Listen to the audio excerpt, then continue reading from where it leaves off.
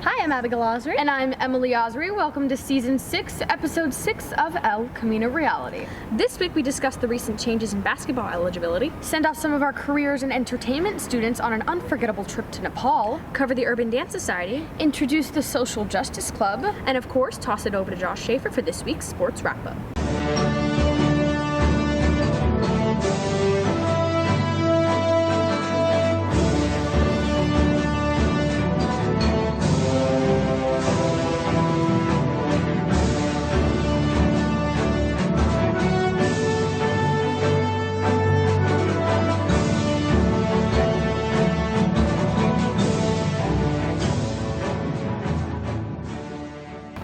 Athletes must meet a certain eligibility requirement to compete in sports.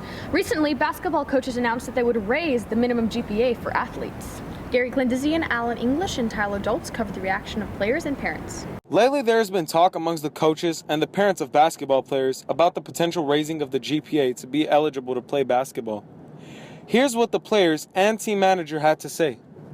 Personally, this would affect me because it'll academically motivate me to do better in school, so I can play in the season. So I think the 3.0 GPA raise will be good for El Camino basketball because in the long run, I mean, will everybody be playing basketball or will everybody be getting a job? And like if you have a 2.0, you're done. So if you have a 3.0, you'll be like academically like inclined to do better.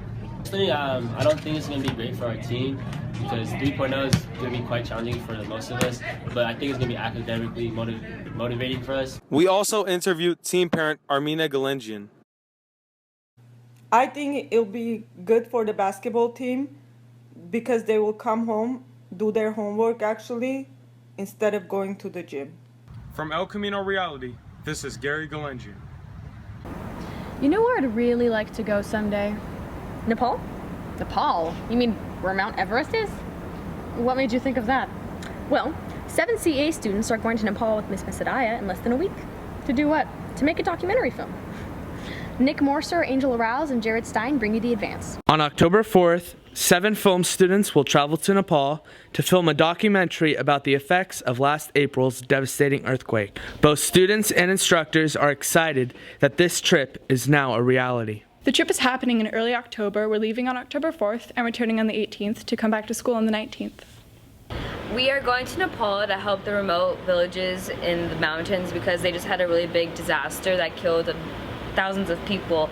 So the people that live in the mountains are really disadvantaged because they live in homes that can barely hold up a simple storm. So the fact that they just had a disaster, they really need the help. So that's why we're going there, and we're also going to document while we're there. So we're hoping that when people see the documentary that they're inspired to help less fortunate people and help especially people in third world countries and poorer countries in the world to be able to live healthier and happier lives. I really want to help the people of Nepal and make sure they have everything that they need because right now they don't have what they need and the housing they're living in is not sustainable. It will not get them through the winter and most of it has fallen down because of the earthquake anyway.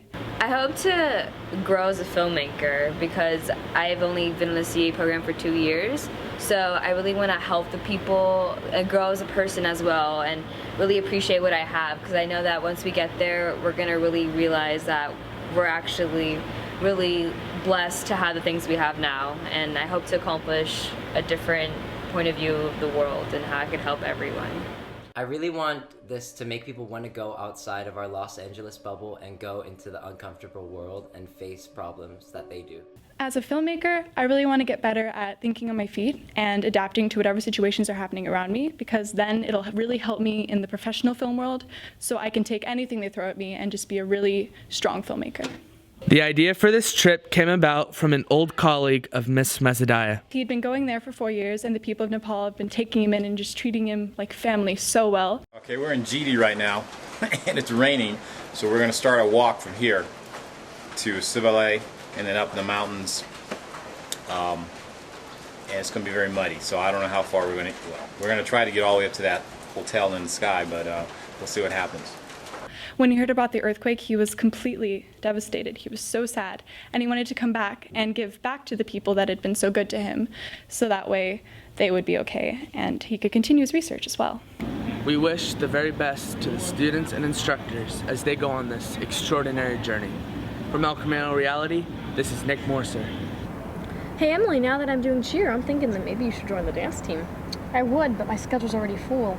Then why not join Urban Dance Society? It's a club, not a class. Sebastian Lee, Manisha Kaur, and Keegan Sly bring you the story.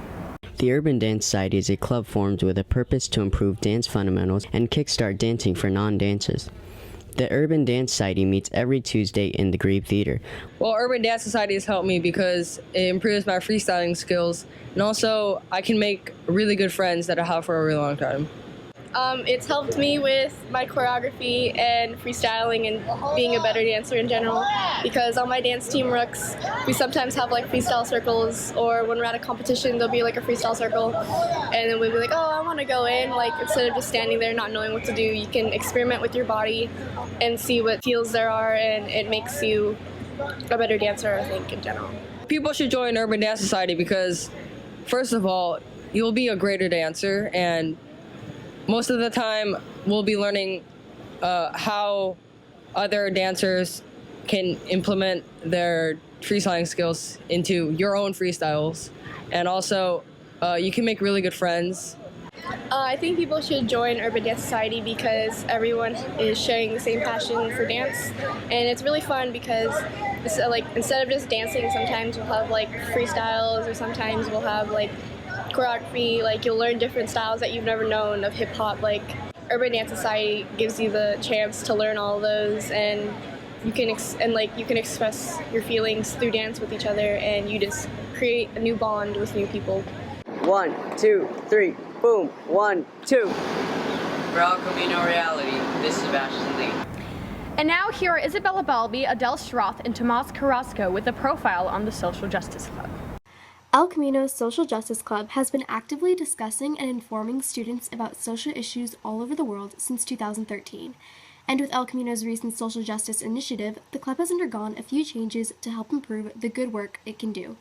Since the Social Justice Initiative, there hasn't been tons of changes. However, we did switch our room, and we have a new sponsor, Miss Freitag, in the Grebe Theater on Mondays now. And also, we're going to get more like sponsorship, and we're also going to get more leadership this year as a result. And we're going to be able to have more impact on the school with like events and different days, and actually do substantial, tangible stuff for the club, rather than last year when it was a great idea, and sophomore year when it was a great idea, but we just never really had any impact on the school.